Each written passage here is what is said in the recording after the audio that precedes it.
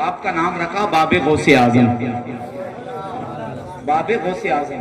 تو اس باب غوث اعظم نے ایک بات لکھی، بات یہ لکھی غوث اعظم وہ مرد مجاہد، اللہ جزاک اللہ دعا سے مناسب ہے. غوث پاک وہ مرد مجاہد، وہ بندہ ہے جس کے بارے میں صاحب اشرف اللمعات لکھتے ہیں اگر غوث پاک کو جاننا ہے تو زمانے سے نہ جانیے گا، غوث پاک کو جاننا ہے تو حجرہ فاطمہ سے جانیے گا.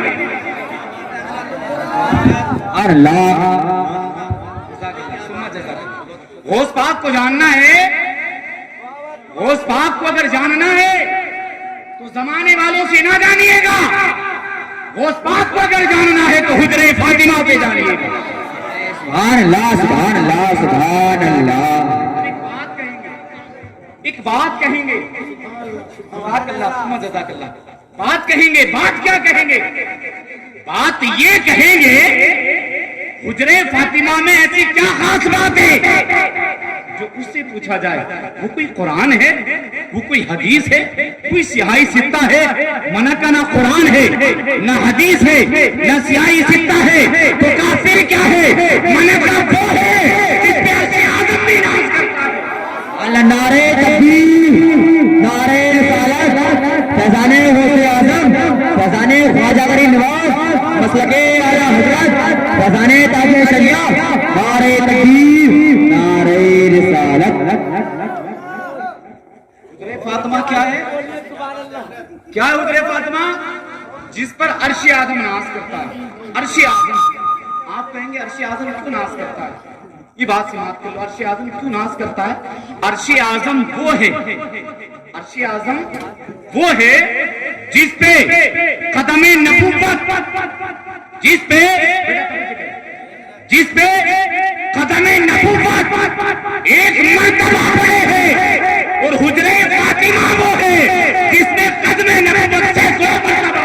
سبحان اللہ سبحان اللہ سبحان اللہ. عرش اعظم پر آمینہ کا لال ایک مرتبہ گیا، میرا نبی عرش اعظم پر ایک مرتبہ گیا. اور حجرہ فاطمہ وہ ہے جس میں مصطفیٰ دن میں کئی مرتبہ تشریف لے جاتے ہیں. سبحان اللہ. وہ حجرہ فاطمہ، نہ حجرہ فاطمہ قرآن ہے نہ حدیث ہے، حجرہ فاطمہ صاحب قرآن کی آرام گاہ ہے، صاحب قرآن کی آرام گاہ ہے. اچھا اس میں ہوا کیا ہے یہ سماعت کر لیں. حجرہ فاطمہ میں یہ ہوا آقا تشریف لائے. واقعہ شاید ابھی آپ نے سنا بھی تھا، کسی نے یہ بات کہی بھی تھی، لیکن میں اس کو پختہ کرنے کے لیے بتا دینا چاہتا ہوں. حجرہ فاطمہ میں آقا تشریف لائے اور آقا کا اصول شریفہ یہ تھا جب بھی آپ تشریف لاتے تو سب سے پہلے مولا حسین کو پیار کرتے.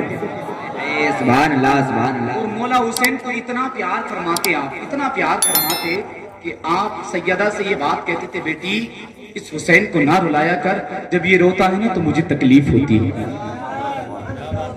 بیٹی پوچھتی ہے ابا ایسا کیوں؟ کہا بیٹی اسے بڑے ظلموں کا سامنا کرنا پڑے گا، میری قوم بڑا ظلم کرے گی اس پر. لیکن ایک دن بڑا عجیب آیا، آقا تشریف لائے، آقا نے نہ فاطمہ کو دیکھا نہ مولا حسین کو دیکھا. آقا جب تشریف لائے تو ٹکٹکی باندھ کے مولا حسن مجتبیٰ کو دیکھا. سبحان اللہ سبحان اللہ. اچھا حسن مجتبیٰ کو جب دیکھا تو سیدہ کے ذہن میں ایک بات آ گئی. 1 منٹ دیکھا، 2 منٹ دیکھا، کوئی بات نہیں.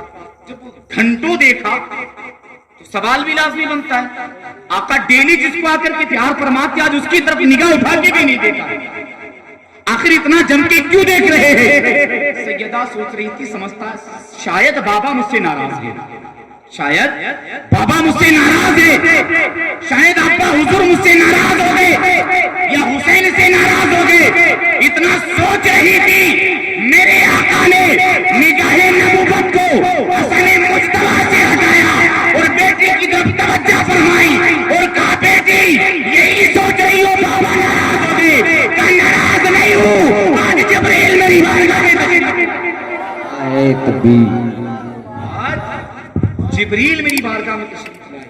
آقا پھر کیا ہوا؟ فرمایا جبریل نے وہ مسئلہ سنایا بیٹی تو سنے کی تو ناز کرے گی. تو آقا کیا کہا؟ فرماتے بیٹی جب جبریل آئے نا تو جبریل نے خدا کا سلام عرض کیا اور اس کے بعد کہا آقا اللہ کا پیغام ہے وہ جو تمہارے بیٹے ہیں نا دو سبحان اللہ سبحان اللہ. جس کو حسن اور حسین کہتے ہیں آقا ان کو اپنا بیٹا بھی کہتے تھے نواسے تھے آپ کے. فرماتے جبریل فرما رہے ہیں جبریل کہتے ہیں آقا وہ جو تمہارے نواسے ہیں نا ان میں سے ایک کا نام حسن ہے اور ایک کا نام حسین ہے. فرماتے وہ جو حسین ہے نا وہ جو حسین ہے نا اس کی نسل سے تمہاری امت میں تمہاری اولاد میں علماء اور عالم پیدا ہوں گے. سبحان اللہ. علماء اور عالم پیدا ہوں گے اور یہ جو حسن ہے نا حسن اس کی نسل سے تمہاری امت میں خطب اور ابدال پیدا ہوں گے. اوہ سبحان اللہ سبحان اللہ. وہ ابدال پیدا ہوں گے. اور فرماتے مزید یہ فرمایا جبریل خود فرما رہے مزید یہ فرمایا میرے آقا فرماتے بیٹی جبریل نے کہا مزید یہ خوشخبری تمہارے لیے ہے کہ تمہارے اس حسن کی نسل سے اس حسن کی اولاد میں اللہ تبارک و تعالی ایک ایسے بیٹے کو پیدا فرمائے گا ایسے لال کو پیدا فرمائے گا اے آقا جو مقام اللہ نے نبیوں اور رسولوں میں تمہیں عطا فرمایا وہ اس کو ولیوں میں عطا فرمایا. سبحان اللہ سبحان اللہ. میرے آقا فرماتے بیٹی آج حسن مصطفیٰ کو دیکھنے کی وجہ یہ ہے کہ اس کی نسل سے وہ پیدا ہوگا جس کی نسل ملتی جلتی مجھ سے ہے. کیا مطلب؟ کہا بیٹی اللہ نے جو مقام مجھے رسولوں میں عطا کیا جو مقام مجھے اللہ نے ولیوں میں عطا نبیوں میں عطا کیا ہے وہ مقام اللہ اس کو ولیوں میں عطا فرمائے گا. سبحان اللہ. بیٹی جیسے میں رسولوں میں اعظم ہوں ویسے وہ ولیوں میں غوث اعظم ہے. سبحان اللہ. جیسے میں نبیوں کا سردار ویسے وہ ولیوں کا سردار ہے. جیسے میری پشت پر مہر نبوت چھپی ہوئی ہے ویسے اس کی پشت پر قدم مصطفیٰ چھپا ہوا ہوگا. سبحان اللہ. یہ میرے غوث کی شان ہے. اب ان غوث کی شان تو آپ نے سنی لیکن غوث کی زندگی کیا رہی ہے؟ غوث کی زندگی یہ رہی ہے حضرت کی تقریر میں بتایا غوث پاک نے عشاء کے وضو سے 40 سال تک فجر کی نماز پڑھی اور تہجد بھی پڑھی اور تہجد کے لیے شرط ہے سونا اور آدمی سو گیا تو وضو چلا گیا سو گیا تو وضو چلا گیا اور جب وضو چلا گیا تو 40 سال تک وضو رہا کیسے عشاء سے فجر تک وضو رہا کیسے وضو تو ٹوٹنا لازمی ہے اور اگر سوئیں گے نہیں تو عشاء تہجد کی نماز نہیں ہوگی شرط ہے اس کے لیے اللہ اکبر. اب اس میں معاملہ کیا ہے معاملہ یہ ہے جو ولی ہوتے ہیں نا ان کی بڑی عجیب زندگی ہوتی ہے.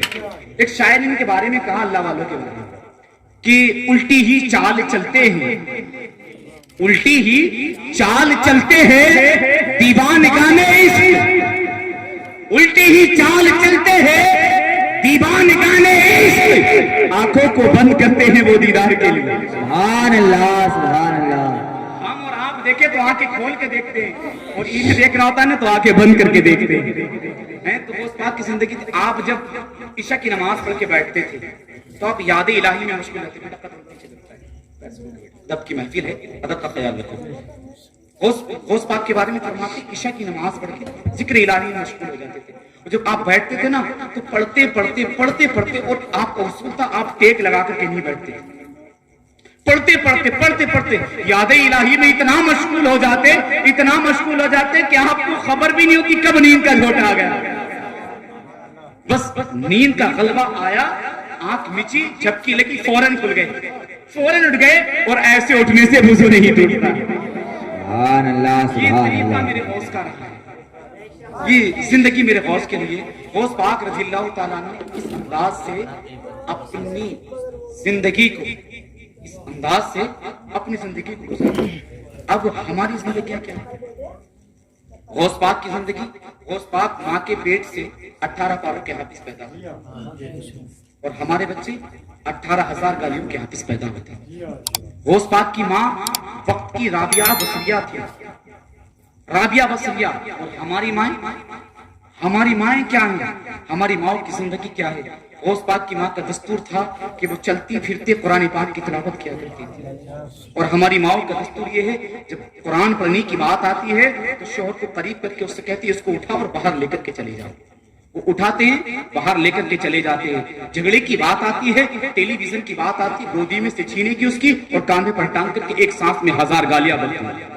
یہ ہماری ماں کی زندگی ہے۔ اب مجھے بتاؤ، جس ماں کی تربیت یہ ہو تو اس کا بچہ کہاں سے کامیاب ہو جائے گا؟ لوگ تربیت کب سمجھتے ہیں؟ لوگ تربیت جب سمجھتے ہیں جب بچہ غالباً 10 سال کا یا 11 سال کا ہو جائے تو اب اس کی تربیت کی جائے گی۔ جب تک اس کو نادانگی میں چھوڑ دیتے ہیں، یہ بچہ ہے، یہ نادان ہے، نہیں صاحب، اس کی تربیت کے جو اصل ایام ہیں، اس کی تربیت کے جو اصل دن ہیں، وہ دن یہی ہیں جن دنوں میں وہ شکم مادر کے اندر رہتا ہے۔ میں نے کئی گھروں میں ایک بات دیکھی، بات کیا دیکھی، جب وقت حمل ہوتا ہے نا تو میں نے کئی لوگوں کے گھر میں اچھی تصویریں رکھی ہوئی دیکھی، بچوں کی اچھے فوٹو رکھے ہوئے دیکھے۔ ایک صاحب کیا میرا جانا ہوا ملنے والے ہیں یہی پہ، اب نے کہا تصویر رکھی ہوئی دیکھی، میں نے پوچھا صاحب اس کا کیا مطلب ہے؟ کچھ نہیں حضرت، بس ایسی رکھ دی ہے۔ من نہیں، کوئی تو بات ہے، اور ایسا ویسا نہیں، جاننے والا بندہ، وہ جاننے والا بندہ تھا، اس کو یہ بھی پتا تھا گھر میں جاندار کی تصویر رکھنے سے رحمت کے فرشتے نہیں آتے۔ میں نے کہا یہ تو جانتے، کہاں جانتے؟ کہا پھر کیوں رکھی ہے، بتاؤ اس کی وجہ کیا ہے؟ تو اس نے ایک بات کہی، اس نے کہا محترمہ کہتی ہے جب اچھی تصویریں دیکھی جائیں گی نا تو بچے کی تصویر بھی اچھی ہو جائے گی۔ یہ ماننا ہے، اور میں جہاں تک سمجھتا ہوں اگر یہ تمہارا ماننا ہے، جبکہ یہ کوئی شرعی مسئلہ نہیں ہے، یہ اگر آپ کا ماننا ہے تو ایک بات میری لے جاؤ یہاں سے اور کان کھول کر کے سن لینا، دل کے دریچے میں لکھ لینا، کان کھول کر کے سنے، جب تصویر دیکھنے سے تصویر بدل سکتی ہے تو تدبیر پڑھنے سے تقدیر بھی بدل سکتی ہے۔ سبحان اللہ۔ صرف تصویر ضروری نہیں ہے، تدبیر بھی ضروری ہے۔ تصویر دیکھنے سے تمہارے ماننے کے مطابق صرف تصویر بدل سکتی ہے، لیکن میرے ماننے کے مطابق تقدیر بدل سکتی ہے تدبیر پڑھنے سے۔ جب وقت حمل ہوا کرے تو قرآن کی کثرت سے تلاوت کیا کرے، کثرت سے دین کی باتیں کیا کرے، وہ زندگی ہوتی ہے بچے کی تربیت، وہ ہوتی ہے۔ اس میں کہتے ہیں ماں کے پیٹ سے، لیکن ماں کے پیٹ سے لے کے ہی پیدا ہوتا ہے تربیت بچہ ماں کے پیٹ سے ہی لے کے پیدا ہوتا ہے، بازاروں میں نہیں ملتی ہے تربیت۔ اور جو لوگ ان باتوں کو ذہن میں نہیں رکھتے ہیں یا ان سے دور ہے تو وہ سمجھیے اللہ کی رحمت سے بھی دور ہے۔ ایک بات آپ کی نالج کے لیے، آپ کی جانکاری کے لیے میں بتا دوں، آج کی ڈیٹ میں غالباً اگر 50-50 بھی کہہ دوں تو کوئی شک نہیں ہے، لیکن 40% سے تو کم نہیں ہے۔ 40% ماں باپ ایسے ہیں جنہیں ان کی اولاد نے ہاتھ پکڑ کے گھر سے باہر نکال دیا۔ میں بتا رہا ہوں زیادہ ہیں، لیکن میں کم سے کم بتا رہا ہوں، کم سے کم اتنے کہ ماں باپ کو ہاتھ پکڑ کے نکال دیا۔ لیکن ان زیادہ اور کم میں ایک بات دعوے کے ساتھ کہتا ہوں، میری اپنی زندگی کا تجربہ ہے، میری اپنی زندگی کا، میں نے ان کم اور زیادہ میں آج تک کسی عالم کو اپنے ماں باپ کا ہاتھ پکڑ کے باہر نکالتے نہیں دیکھا ہوگا۔ سبحان اللہ، سبحان اللہ، سبحان اللہ۔ کسی عالم کو اپنے ماں باپ کی اونچی آواز سے بات کرتے نہیں سنا ہوگا۔ اگر آپ نے سنا ہے تو میں جانتا نہیں، لیکن میری اپنی نالج اور امید رکھتا ہوں کہ آپ نے بھی نہیں سنا ہوگا۔ کیوں؟ کیونکہ اس کی تربیت میں کوٹ کے یہ بھر دیا گیا، یہ تیری ماں ہے اور یہ تیرا باپ ہے، اور اس کے بارے میں تیرا نبی فرماتا ہے الوالد اوسط ابواب الجنہ، باپ جنت کے دروازوں میں سے ایک دروازہ ہے، یہ تیری ماں ہے، اس کے بارے میں تیرا نبی فرماتا ہے الجنۃ تحت اقدام الامہات، ماں کے قدموں کے نیچے۔ سبحان اللہ، سبحان اللہ، سبحان اللہ۔ وہ جانتا ہے اس کے بارے میں یہ کیا چیز ہے۔ اس لیے آج تک کسی عالم کو ماں باپ کے ساتھ زیادتی کرتے نہیں دیکھا ہوگا۔ یار پھر کیوں نہیں پڑھاتے اپنے بچوں کو؟ کیوں عالم نہیں بناتے اپنے بچوں کو؟ دین سیکھنے کی بات آئے، دین پڑھنے کی بات آئے، کہہ دو کسی سے ایک بات کہتا ہے، ارے کھائے گا کیا چیز، زندگی کا پہیہ کیسے چلائے گا؟ اور مولوی کے کھانے کی بات آ جائے تو 4 آدمی کھڑا ہو کر کہے گا کھاتے بہت ہیں. مولوی کے کھانے کی بات آئے تو کھاتے بہت ہیں, اور اپنے بچے کو پڑھانے کی بات آئے تو کھائے گا کیا چیز. عجیب سوچے یار, عجیب تربیتیں ہیں تمہاری. نکالو ذہن سے یہ غلاظتیں.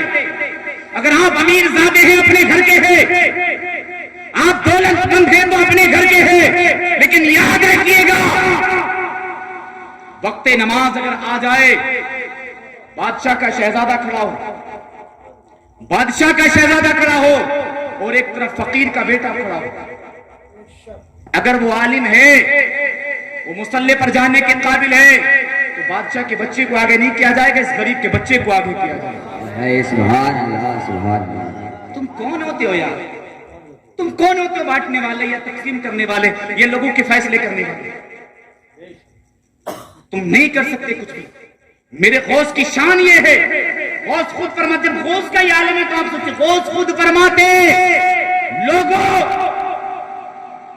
کوئی بھی بندہ یا کوئی بھی مخلوق کائنات میں ایسی نہیں ہے, کوئی بھی مخلوق کائنات میں ایسی نہیں ہے جب تک میں اجازت نہ دوں, جب تک میں اجازت نہ دوں اس وقت تک وہ میرا نام لے لیں, اس وقت تک میرا نام لے لیں.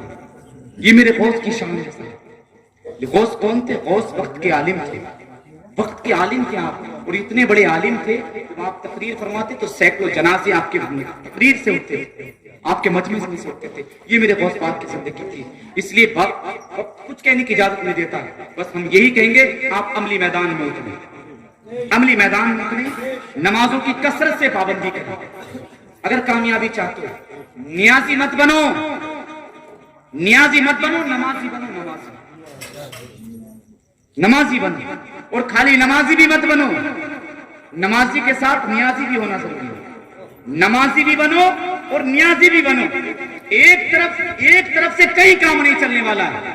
واحد اللہ کی ذات ہے, اگر اکیلے ہو کر کے چلو گے تو کامیاب نہیں ہو سکتے جب تک جڑ کر کے نہیں چلو گے, جب تک جڑ کر کے نہیں چلو گے, چاہے وہ اللہ کی ذات ہو یا رسول اللہ کی ذات ہو. اگر آپ چاہیں ڈائریکٹلی اللہ سے مل کے بات کر لیں وہ بھی نہیں چلے گا, آپ چاہیں رسول اعظم سے مل کے بات کر لیں وہ بھی نہیں چلے گا, آپ چاہیں صرف نماز سے کام چلا لیں وہ بھی نہیں چلے گا, آپ چاہیں صرف نیاز سے کام چلا لیں یہ بھی نہیں چلے گا.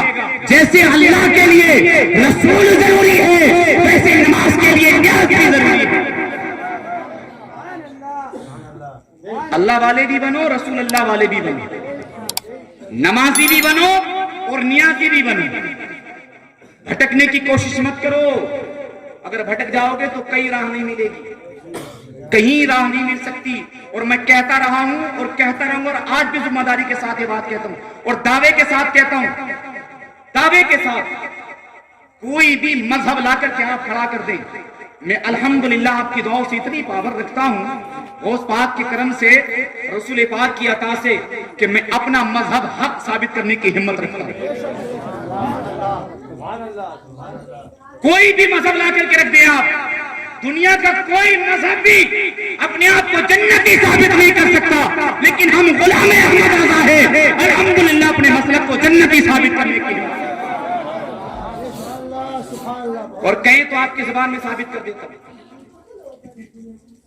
آپ لیں نبی اعظم کی زندگی سے لے کر کے آج تک جتنے فرقے بنے, جتنے مذہب بنے, سب کا ایک اتفاق ہے, اس کے پیچھے نماز پڑھ لو ہو جائے گی, اس کے پیچھے پڑھ لو ہو جائے گی, فلاں کے پیچھے پڑھ لو ہو جائے گی.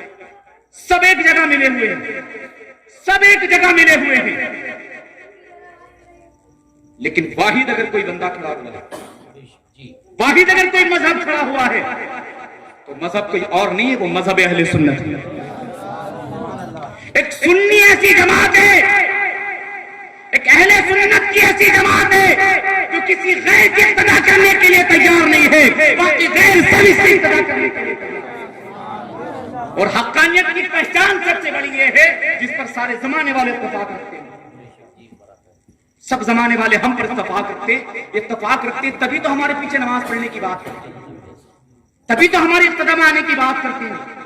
ہمیں موت حق پر مانتے تب وہ اس طریقے کی بات کرتے ہیں، اور ہم الحمدللہ انہیں صرف زبان سے نہیں بلکہ باحوالہ غلط ثابت کرنے کی ہمت رکھتے ہیں، باحوالہ ہر معاملے میں، ہر کتاب سے۔ اور آؤ ایک بات اور آپ کے ذہن میں تھوڑا سا قریب کرو، آج کچھ فرقے اور بھی چل رہے ہیں۔ ایک پیر بنا اور پیر ہوا، پیر نے چند لوگوں کو اپنے ساتھ جمع کیا، اس نے اپنا فرقہ تیار کیا۔ عجیب مسئلہ ہے، عجیب فلسفہ ہے زندگی کا۔ لیکن ان میں بھی اگر پہچان کرنا ہے تو ایک بات ذمہ داری کے ساتھ پھر کہہ دینا چاہتا ہوں، سارے مذہب سارے فرقے ایک طرف ہے، لیکن خنجر رضا لے کر کے میں کھڑا ہونے والا میرا تاج الشریعہ ایک طرف۔ اس وقت بھی پورے زمانے نے بات کہی تھی، اس وقت بھی پورے زمانے نے ایک بات کہی تھی، یہ غلط ہے وہ غلط ہے، یہ ایسا ہے وہ ویسا ہے، فتوے کو بدل دو، شریعت کو بدل دو۔ لیکن میرے تاج الشریعہ نے کہا تھا یہ گردن تو کٹ سکتی ہے لیکن مصطفیٰ کی شریعت میں سمجھوتا نہیں ہوگا۔ اور تم اتر کے دیکھو میدان میں، اترو میدان میں آج بھی اور پکڑو شریعت کو مضبوطی کے ساتھ۔ آج اس زمانے کے پیچھے تم بھاگ رہے ہو، میں دعوے سے کہتا ہوں یہ پورا زمانہ تمہارے پیچھے بھاگتا ہو۔ میرے تاج الشریعہ کی ذات بھی تھی، وقت کے پرائم منسٹر نے تاج الشریعہ سے ملنے کی بات کہی، لیکن تاج الشریعہ نے کہا میں ظالموں سے بات نہیں کرنا چاہتا، جو مظلوموں کا خون بہانے کی ہمت رکھتا ہو، جو ماؤں کے پیٹ سے بچے نکال کر قتل کرتا ہو، ایسے ظالم سے ملنا میری غیرت اجازت نہیں دیتی۔ بارہا اس نے کوشش کی لیکن میرے تاج الشریعہ نے ایک لمحہ بھی اس کی بات کو نہیں سنی۔ پوری حکومت ہند میرے تاج الشریعہ کے قدموں پر جھکتی ہوئی نظر آ رہی تھی، لیکن تاج الشریعہ تنہا تھا جو پہاڑ کی چٹان کی طرح کھڑا ہوا الگ ہی نظر آ رہا۔ اور تاج الشریعہ کے انتقال کے بعد کچھ لوگوں نے بھی کہا تھا اب مٹ جائے گا، اب مٹ جائے گا، مٹ تو خود جائے گا، اکتا تو خود ہو جائے گا، حق کی بات کہنے والا نظر نہیں آئے گا نا تمہیں۔ لیکن الحمدللہ جب میرا تاج الشریعہ گیا تو میرے تاج الشریعہ نے پھر ایسے وقت میں تنہا اکیلی ایک چٹان جس کو اسد رضا کہتے ہیں وہ خنجر رضا تھے، تو پھر وہ خنجر تاج الشریعہ چھوڑ کے گئے۔ بولا الحمدللہ آج بھی اسد رضا پر پورا فیضان تاج الشریعہ ایسے پڑا ہوا ہے جیسے کسی نے لا کر کے موسلا دھار بارش پہ برسا ہے۔ آج بھی الحمدللہ، اور طاقت اور ہمت دیکھیے، آج بھی الحمدللہ کسی گلی سے نکل جاتے ہیں نا تو نون مسلم کلمہ پڑھتے ہوئے نظر آتے ہیں۔ یہ کون لوگ ہیں؟ یہ وہ لوگ ہیں جنہوں نے غوث اعظم کی زندگی کو اپنی زندگی میں لیا۔ بتانے کا مقصد یہ ہے غوث اعظم کا نام صرف نام لینے سے کام نہیں چلے گا، ان کے کام کو اپنے عمل میں لانا ضروری ہے۔ بس آخری جملے میں یہی کہتے ہیں، وقت کچھ کہنے کی اجازت نہیں دیتا، عملی میدان میں اتر جائیں اور نمازوں کی پابندی کثرت سے